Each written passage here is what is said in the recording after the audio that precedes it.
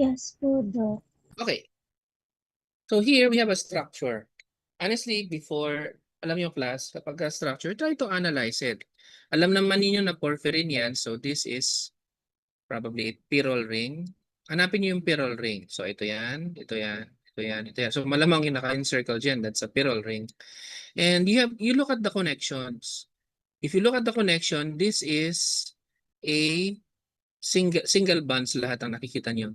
Tama? Hello? Tama ba, class? Single bonds, di ba? Yes po, Yes Doc. po, Doc. Doc. And this is the reason, this is not a porphyrin, but rather a porphyrinogen. This is a methylene bridge. Nagets, class? Hello? Yes po, Yes Doc. po. Yes po, Doc. So let's analyze. Tapos may mga side chains ka. Saan itong mga side chains? Ito methyl yan. So ito, COO. Actually, yung COO na yan, this is a carboxyl.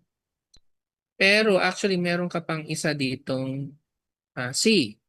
1, 2, 3. So tatlong C yan. So this is, kapag kaisa kasi methyl, kapag dalawa acetyl, kapag tatlo propionyl. So this is actually a propionyl. So ang mga side chains yan, minsan nilalagay ng letters, no? M, pag propionyl P, M, P, M, P, and then biglang magiging P, M. Guess class? If you remember yung structure na pinakita ko sa iyo, this is actually, ano to? Euro, Copro, Proto. Di ba yung una AP, AP, AP, AP. Tapos magiging MP, MP. Tapos magiging MV, MV.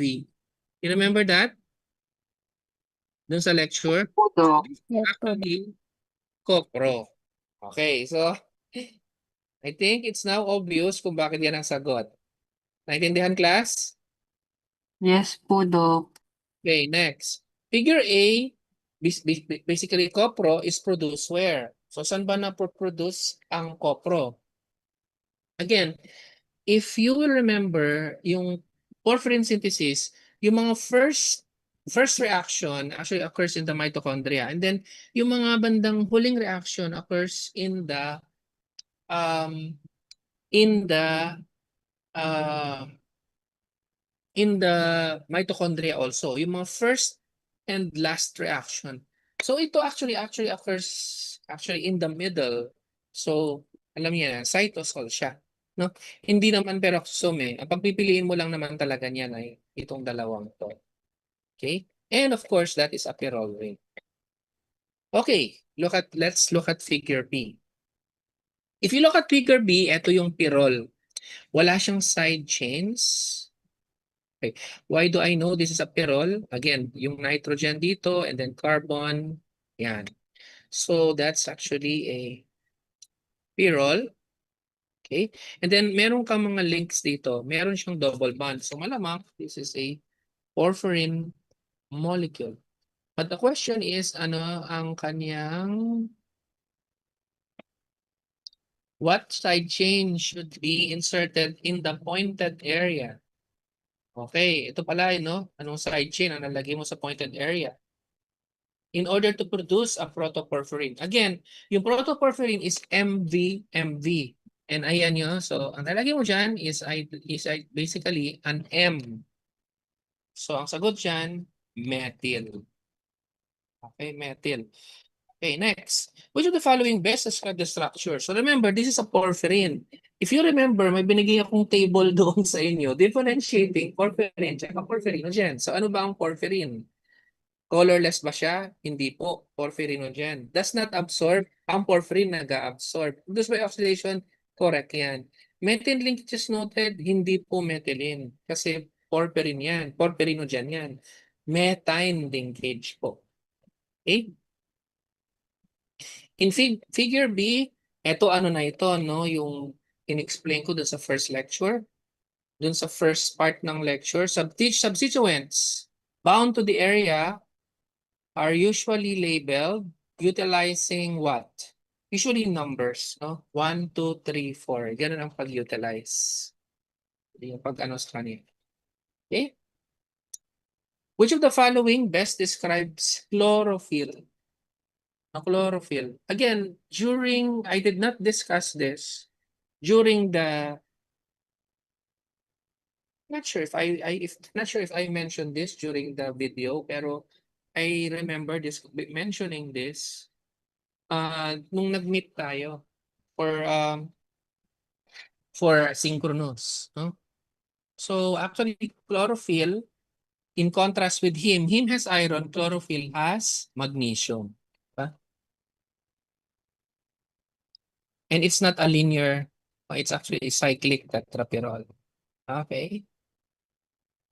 So the enzyme inhibited by lead is eto, no? Aldehydatase and ferrochelatase. Heme exerts feedback inhibition on which enzyme? No? So what's the answer? Di ba meron kang allosyntase 1 and 2?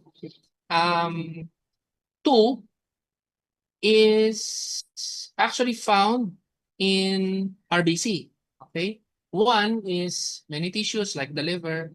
So nai-inhibit lang siya doon sa liver because I've mentioned this during our, I believe, doon sa that the reason is because you all in RBC, kailangan mo palagi nagpo-produce ka ng heme. No? That should not be inhibited. No? Heme degradation reduces which of the following products? Again, heme oxygenase, for that pathway, may heme oxygenase converting heme to biliverdin. Actually, that releases the iron and carbon monoxide. Rotor syndrome. Anong problema dun sa Rotor syndrome? Hindi makapasok, no? Hindi makapasok yung bilirubin sa liver. And therefore, the liver is hypopigmented. No? Again, that was explained in the video. Which is the image? Okay, ito naman, C. Makita nyo to, ano ito? First of all, this seems like a tetrapyrrole. Unang-una class, may MV na yan. So it means na galing ito sa isang malamang heme. And then you have this molecule attached here, dalawa. Di ba, the other name for this is bilirubin diglucuronide. And this is actually a linear tetrapyrrole. Okay? So the answer to that, what is the immediate precursor? The immediate precursor to this is bilirubin. No? Bilirubin. And then you actually, the enzyme bilirubin, UDP, glucuronyl transferase. Then you transfer to glucuronic acid para maging bilirubin diglucuronide. And this is actually conjugated bilirubin. That's the other name. Okay. So this one is secreted to the bile ductus, converted to more water soluble. No, this is already water soluble. No, wala nang masaya. Water soluble na yan. So mali yun. Converted to more lipid soluble, lalong mali. No? Bakit mo siya gagawin? Kaya nga ginawa mong soluble eh. Okay? Excreted in the feces. Partially correct, pero actually what happens is that this will first be converted by bacteria to stercobilin. Di ba?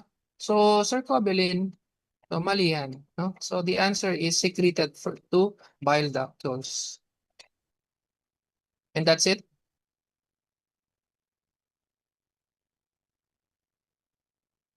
It gets class? O, di ba madali? Hello? Hello? Hello? Di ba? Ba't natawa kayo? Ba't natawa? O, see? Alam nyo,